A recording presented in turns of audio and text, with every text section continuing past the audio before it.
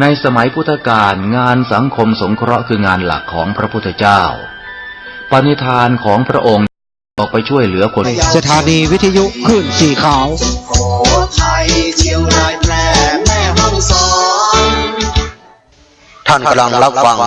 สถานีวิทยุพระพุทธศาสนาคณะสงฆ์อำเภอฝางต่อจากนี้ไปขอเชิญท่านรับฟังรายการธรรมประทีปสองทางดำเนินรายการโดยหลวงพ่อพระครูสุจิตานุรักษ์หลวงพ่อเจ้าคณะอำเภอฝาง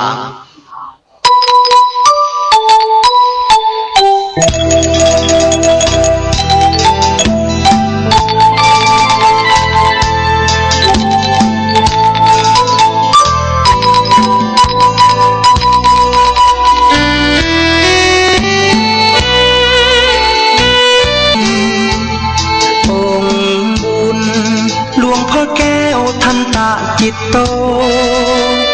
มีบุญญา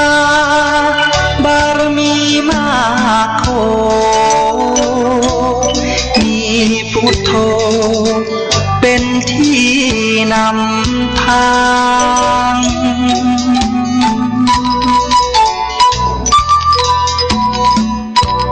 แคว้นแดนกำเนิดเกิดมาบ้านสันป่าคาอำเภอแม่อายตำบลแม่สาวของเมืองเชียงใหม่แก่ในทินเนื้อลานนาจิตใจผ่องใสเป็นทุนมีการุณมีจิตเมตตาใฝ่หาธรรมะน้อมนำ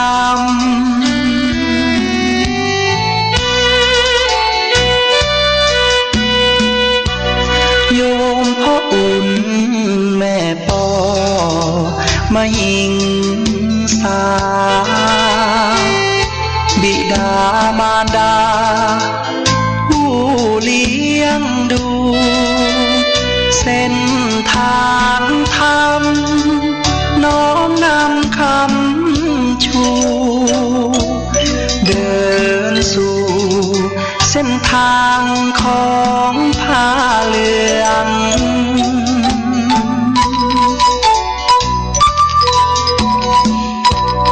เป็นเจ้าอาวาส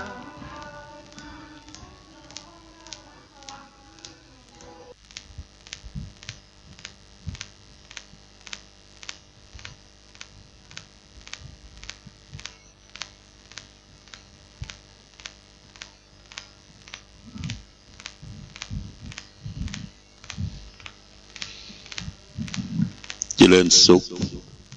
ศรัทธาสาธุชนญาติโยมท่านพุทธบริษัททั้งหลายวันนี้รายการธรรมประทีปส่องต่างก็ได้มาพบปะกับพ่อแม่พี่น้องศรัทธาสาธุชนญาติโยมแห่งครั้งหนึ่งวันนี้ออกรายการที่พุทธสถานพุทธอุทยานวัดพระธาตุศรีมหาโพธิ์ตะโพธารามพระเจ้าใหญ่พระธาตุบ่อนปิ่นเดิมวันนี้เป็นวันศุกร์ที่2เดือนสิงหาคมพุทธศักราช2562ซึ่งตรงกับเดือน11เหนือขึ้น2 ค่ำวันนี้เดือน11ออกขึ้น2 ค่ำเป็นวันที่2ของเดือนสิงหาคมเดือนนี้ก็มีความสำคัญญาติโยมเป็นสำคัญอย่างใดก็เป็นวันคล้ายวันพระราชสมภพของสมเด็จพระนางเจ้าพระบรมราชินีนาถพระแม่เจ้าชาวไทยคู่พระบารมีของพระบาทสมเด็จพระเจ้าอยู่หัวรัชกาลที่9ในวันที่12เป็นวันจันทร์ วันจันทร์พอดีวันที่12ก็เป็นวันหยุดการหยุดงานทางสำนักปฏิบัติธรรมวัดพระบาทอุดมน้ำบ่อสาวาก็จะได้มีการปฏิบัติธรรมวันแม่แห่งชาติญาติโยมซึ่งได้เคยประพฤติปฏิบัติธรรมมาอย่างต่อเนื่องปีนี้ก็ได้มาบรรจบครบแผ่นปีหนึ่งเอาก็จะเริ่มกันปฏิบัติธรรมตั้งแต่วันที่10วันเสาร์วันที่11วันอาทิตย์วันที่12วันแม่แล้วก็วันที่13เป็นวันลาสิกขาบวชเนกขัมมะชีพราหมณ์เพราะฉะนั้นเป็นโอกาสอันดีที่ศรัทธาสาธุชนจะได้มาร่วมกิจกรรมอันสำคัญในวันแม่เราทุกคนนั้นมีแม่ผู้กำเนิดเกิดเฮามาพ่อแม่หรือแม่นั้นก็มีความปรารถนาดีต่อลูกเต้าบุตรธิดาทุกผู้ทุกคนเป็นห่วงใยต่อลูกบุตรธิดาแม้แต่ว่าท่านจะลาละดับขันจากโลกนี้ไปเมื่อลูกเต้าห้อมร้อมกันก็สั่งเสียว่าขอให้ฮักกันแป้งกันเอาพี่เก้าเป็นแม่ต่อเอาพี่อ้ายเก้าเป็นพ่อต่อดูแลลูกดูแลหลานดูแลลูกน้องป้องปายดูแลน้องๆเพื่อจะได้อยู่สืบสานวงตระกูลของพ่อของแม่ไว้เพราะฉะนั้นในวันแม่เนี่ยก็ถือว่าเราและท่านจะหลายก็จะได้แสดงออกซึ่งความรู้รักกตัญญูกตเวทิตาตอบแทนบุญคุณให้แก่แม่ผู้กำเนิดเกิดเฮามาเป็นสิ่งมหัศจรรย์ของสรรพสัตว์ทั้งหลายโดยเฉพาะอย่างยิ่งมนุษย์คนเฮาที่เฮาไปอยู่ในครรภ์ในท้องของแม่เป็นเวลา8เดือน9เดือน10เดือนแม่รับประทานอาหารอันใดที่มันเป็นประโยชน์ต่อครรภ์ต่อสุขภาพร่างกายก็ส่งผลไปถึงลูกถึงเต้าที่อยู่ในท้องในครรภ์แม่ได้รับประทานอาหารหรืออาหารที่มันแสลงต่อต้องต่อไส้ต่อลูกในครรภ์ก็ทำให้เกิดความเดือดร้อนปั่นป่วนลูกในครรภ์ตัวเพราะฉะนั้นแม่หญิงหรือแม่ของเฮาก็ทนุถนอมกล่อมเกลี้ยงดูลูกในครรภ์มาเป็นอย่างดีเรียกว่าบ่ให้กระทบกระเทือนต่อลูกในครรภ์อดเปรี้ยวอดหวานอดเค็มแม้แต่เรื่องราวที่สิ่งบดีบงามที่จะมากระทบอย่างโบราณแต่ก่อนว่าบ่ให้แม่เนี่ยไปที่สถานที่อันบ่สมควรที่ว่าคนตายโหงตาย5หรือป่าจ้าป่าวายนี่ก็บ่ให้แม่ได้ไปก็ให้แม่ได้ทำคุณงามความดีเข้าวัดเข้าวาเพื่อจะได้เตรียมตัวเตรียมใจเป็นแม่ที่ดีของลูกของเต้าที่จะกำเนิดเกิดออกมาบ่ใช่จำเพาะเฉพาะแม่เต้าอันพ่อก็มีความสำคัญเมื่อแม่มีครรภ์มีท้องแล้วพ่อก็จะต้องวิ่งเสาะหาปัจจัย4อาหารการกินตั้งผ้าผ่อนต้อนสบายยารักษาโรคที่อยู่อาศัยต้องเตรียมความพร้อมที่จะเตรียมสมาชิกใหม่ของครอบครัวซึ่งเป็นลูกเป็นเต้าเนี่ยญาติโยมโบราณการก่อนที่ผ่านมาคนเฮานี่ทุกข์ยากลำบากเรื่องอาศัยปัจจัย4เรื่องเข้าปลาอาหารผ้าผ่อนต้อนสบายที่อยู่อาศัยก็ลุก่อปังเดี๋ยวก็โรคภัยไข้เจ็บ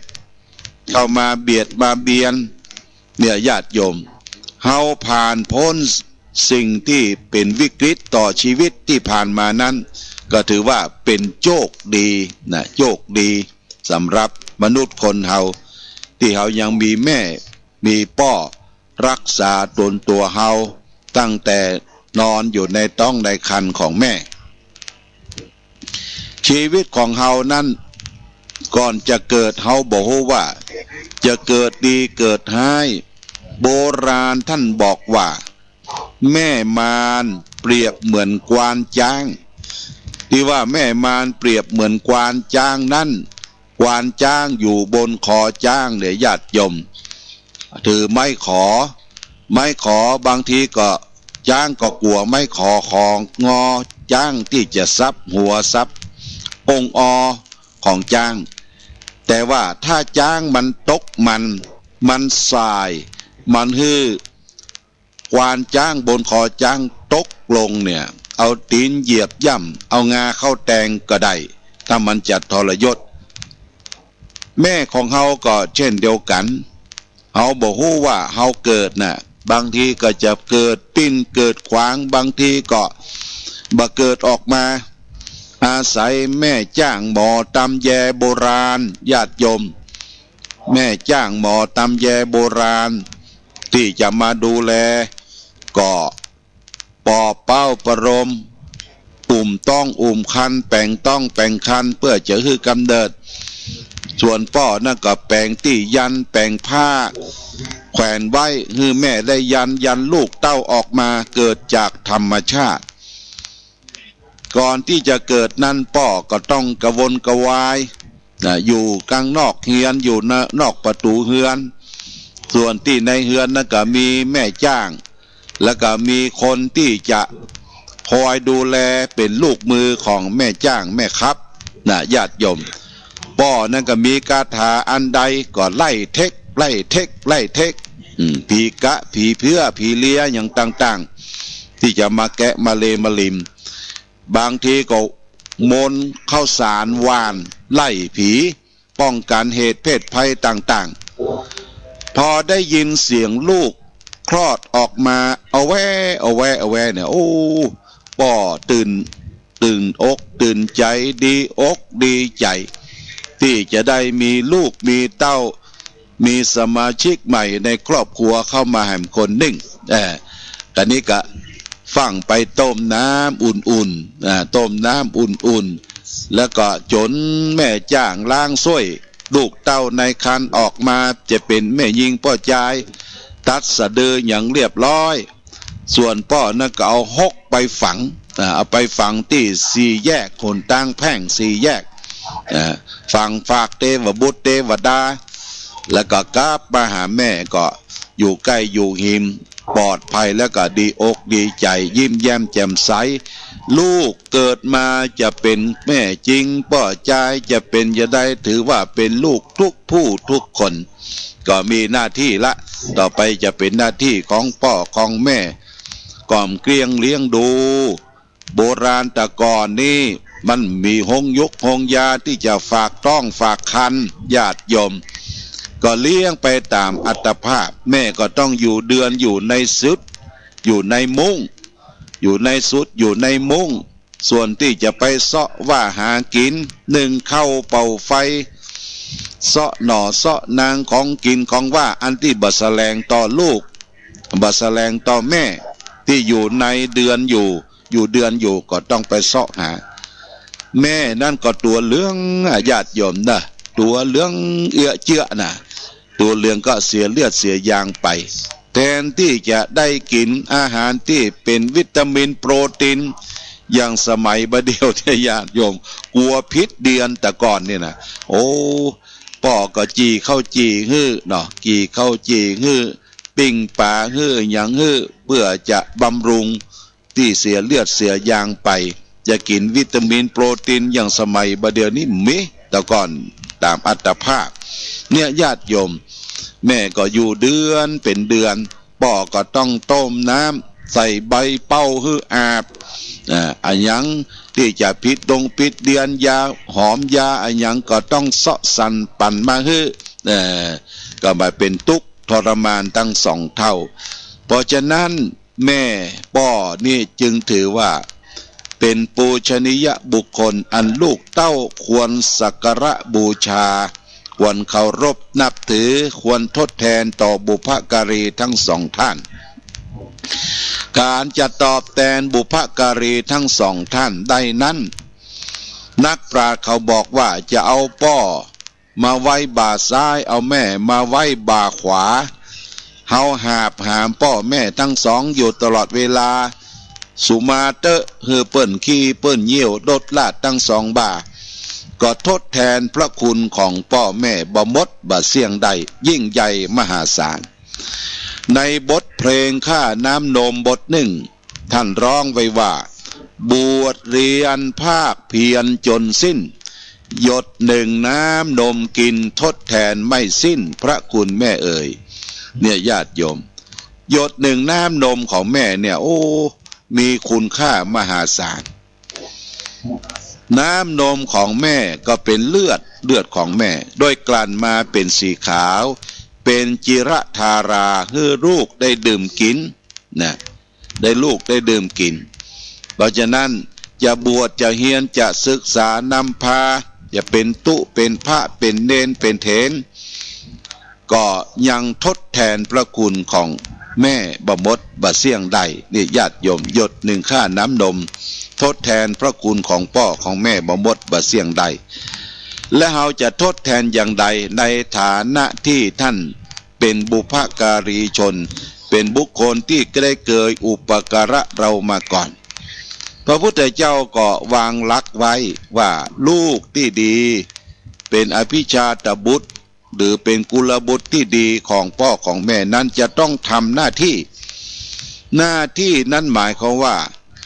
จะต้องมีความรู้รักกตัญญูต่อบุพการีชนคือพ่อแม่ของเขาเนี่ยคือทำหน้าที่คือถูกต้องตามหลักคันลองในทางพระพุทธศาสนาหน้าที่ที่องค์พระบรมศาสดาได้กำหนดให้ลูกเต้าที่จะทดแทนนั้นก็คือหนึ่งพ่อแม่เลี้ยงเราแล้วคือเลี้ยงท่านตอบสองช่วยพ่อช่วยแม่ทำการทำงานสามดำรงวงศกุลของพ่อแม่ให้ดีสี่ให้ประพฤติตนเป็นคนดีสมควรที่จะได้รับทรัพย์สินมรดกตกทอดห้าเมื่อพ่อแม่ตายตั้งอกตั้งใจทำบุญอุทิศส่วนบุญส่วนกุศลให้แก่ท่านเนี่ยหน้าที่เนี่ยญาติโยมหน้าที่คือจะต้องทดแทนประกอบแทนคุณตามหลักธรรมในทางพระพุทธศาสนาพ่อแม่เลี้ยงเราแล้วเลี้ยงท่านตอบการเลี้ยงพ่อเลี้ยงแม่ทดแทนพระคุณของท่านนั้นมีอยู่สองเลี้ยงหนึ่งเลี้ยงภายนอกสองเลี้ยงภายในเลี้ยงภายนอกนั้นญาติโยมก็เลี้ยงด้วยปัจจัยสี่คืออาหารการกินผ้าผ่อนต้นสบายที่อยู่อาศัยยารักษาโรคนี่เป็นเลี้ยงธรรมดาเลี้ยงภายนอกอาหารการกินอย่าให้ท่านได้กั้นได้อยากและลำบากแต่ประการใดผ้านุ่งครัวใบก็มันเสาะแสวงหามาให้ท่านได้นุ่งทะลงเมื่อท่านแก่วัยชรามาแล้ว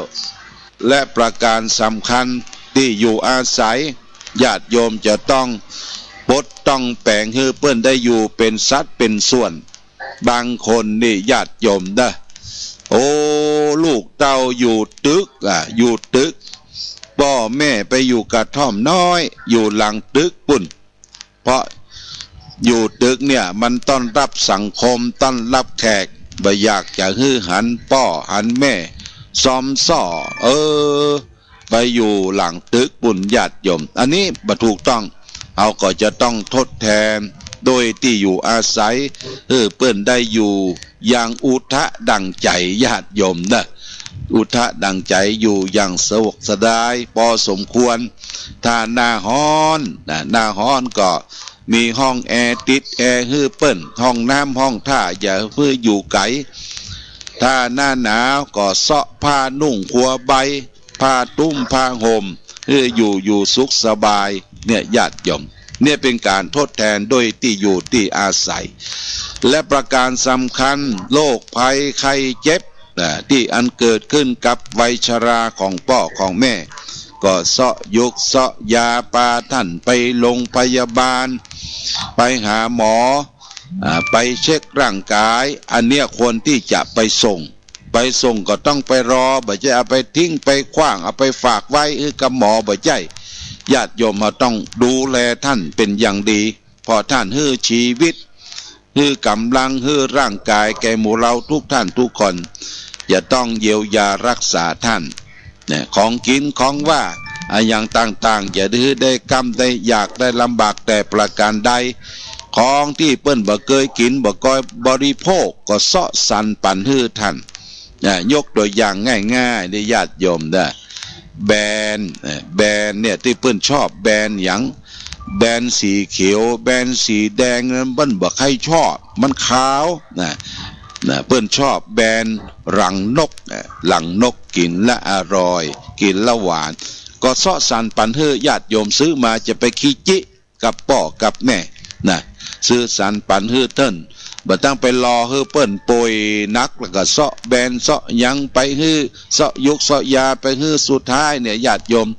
อย่างนั้นมันเป็นบ้านปลายและเป็นสุดท้ายเป็นปลาย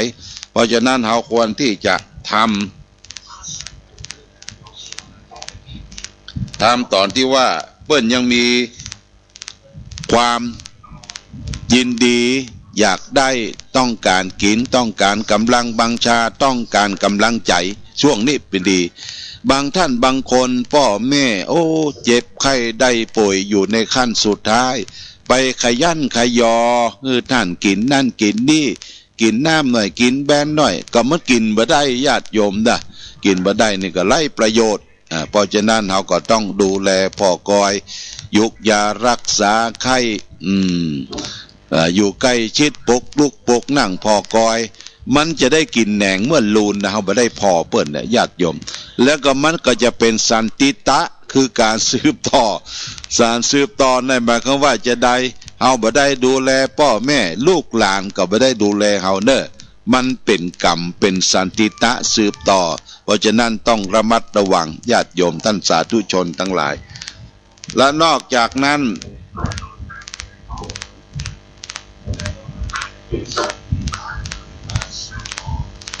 เราและท่านทั้งหลายได้ดูแลปัจจัยสี่แล้ว